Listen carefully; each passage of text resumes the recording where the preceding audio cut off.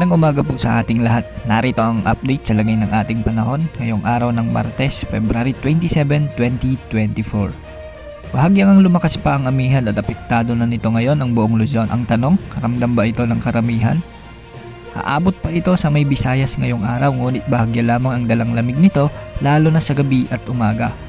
Samantala, easterlies naman o ang mainit na hangin ang nakakaapekto sa natitirang bahagi ng ating bansa. Ngayong araw asahan ng mga kalat-kalat na pag-ulan dulot ng easterlies sa bahagi ng Davao Region, Sulu Archipelago. Pagsapit ng tanghali ay posible na ring ulanin ang bahagi ng Caraga at ilang bahagi ng Northern Mindanao. Posible namang pumalo sa 37 degrees Celsius ang heat index ngayong araw sa Cotabato, samantalang 36 degrees Celsius naman sa may General Santos at Zamboanga. Asahan naman ang mga dagliang pag-ulan sa may Samar, Leyte, Cebu, Negros at Panay sa bahagi ng Visayas dahil pa rin ito sa umiiral na amihan at easterlies.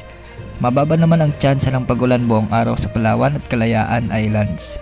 Sa Luzon, magdadala ng mahihinang ulan ang amihan sa Cordillera, Cagayan Valley, Oriental Mindoro at Bicol Region. Makararanas naman ng heat index hanggang 36 degrees Celsius ang bahagi ng Dagupan, Tarlac at Cabanatuan ngayong araw. Mababa naman ang tsansa ng pag-ulan buong hapon sa Metro Manila, ngunit asahan ang malinsangan na panahon kaya mag-ingat sa banta ng heat stroke at dehydration.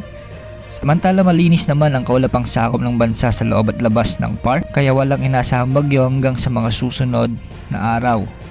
Wala ring nakataas na gale warning sa limang bahagi ng ating bansa.